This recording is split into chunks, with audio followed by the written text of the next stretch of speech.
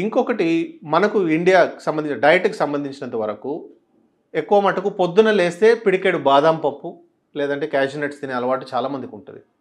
రాళ్ళు మనకు ఉన్నాయి అని ఒకసారి తెలిసిన తర్వాత రోజు వారిన పొద్దున బాదం, పిస్తా, వాల్‌నట్ ఇవి తినే అలవాటు ఉంటే మాత్రం ఖచ్చితంగా ఆపేసేయండి. బాదం, పిస్తా, వాల్‌నట్ ఈ మూడిట్లోనూ ఎక్కువ ఆక్సలేట్స్ ఉంటాయి. ఆక్సలేట్స్ ఎంత ఎక్కువ తింటే రాళ్ళు అంత త్వరగా ఫామ్ అయ్యే అవకాశం ఉంటుంది. సో రాళ్ళొచ్చే శరీరంలో రాళ్ళు కిడ్నీలో రాళ్ళు ఫామ్ అవ్వడానికి కారణాలు ఇవన్నీ.